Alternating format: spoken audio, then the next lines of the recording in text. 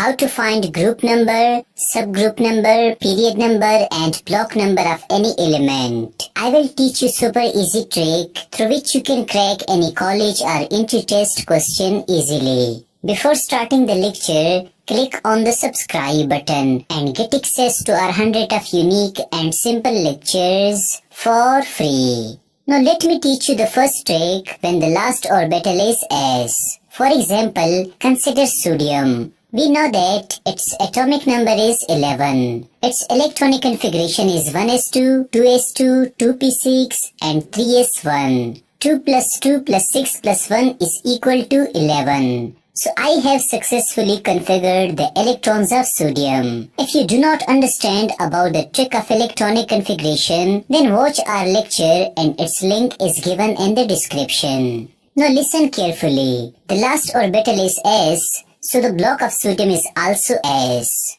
The highest principal quantum number is 3, so the period of sodium is third. There is only one electron in the last s orbital, so the group number of sodium is first. Also remember that if the last orbital is s or p, subgroup will always be A. The last orbital of sodium is s, so its subgroup is A. Hence sodium is s block element. It is present in the third period and first A group. Secondly, consider calcium and its atomic number is 20. The electronic configuration of calcium is 1s2, 2s2, 2p6, 3s2, 3p6 and 4s2. If I add all these electrons, I get 20 electrons. Hence, I have successfully configured the electrons of calcium. Here, the last orbital is s, so calcium is s block element. The highest principal quantum number of calcium is 4, so the period of calcium is fourth. There are 2 electrons in the last s orbital, so the group number of calcium is second. We know that if the electrons of an element stay either in s or p orbital, its subgroup is always A. Thus calcium is s block element. It is present in the fourth period and second A group. Thirdly, consider magnesium and its atomic number is 12. The electronic configuration of magnesium is 1s2, 2s2, 2p6 and 3s2. If I add these electrons, I get 12 electrons. Hence, I have successfully configured the electrons of magnesium. Here, the last orbital of magnesium is s, so magnesium is s block element. The highest principal quantum number of magnesium is 3, so its period is third. There are 2 electrons in the s orbital of magnesium, so the group number of magnesium is second. The last orbital of magnesium is s, so the subgroup of magnesium is A. Thus magnesium is s block element. It is present in the third period and second A group.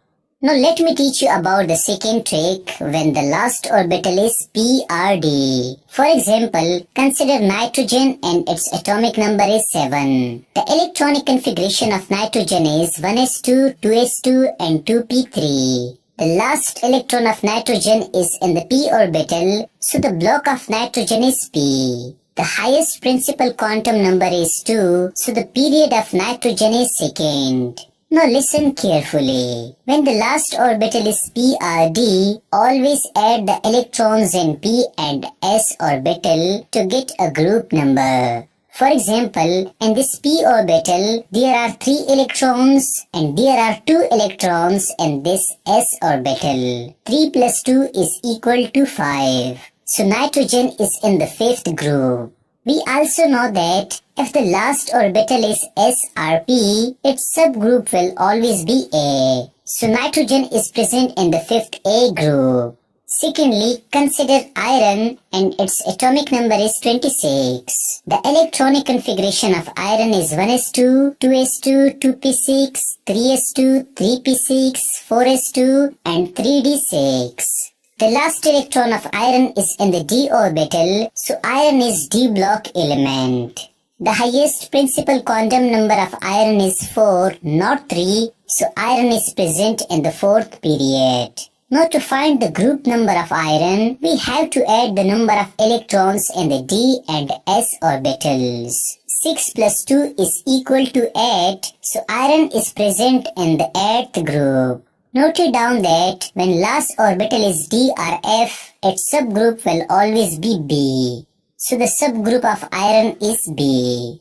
Now consider a special case like zinc and its atomic number is 30. The electronic configuration of zinc is 1s2, 2s2, 2p6, 3s2, 3p6, 4s2 and 3d10.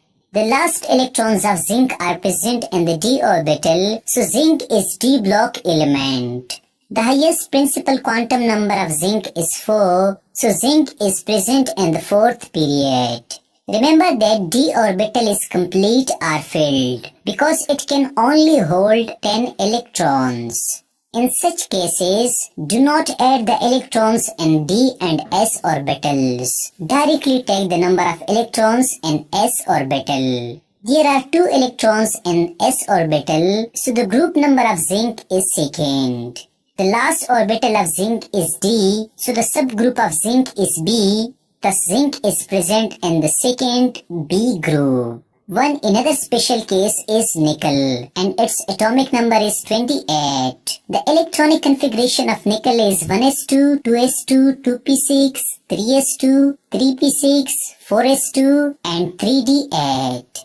The last electrons of nickel are in the d orbital, so it is d block element. The highest principal quantum number of nickel is 4, so the period of nickel is 4th.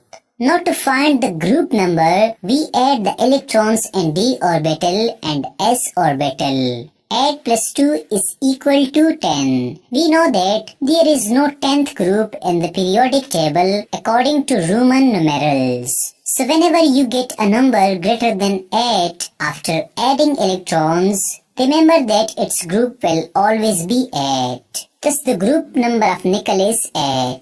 The last orbital of nickel is D, so its subgroup is B. Thus nickel is present in 8th B group.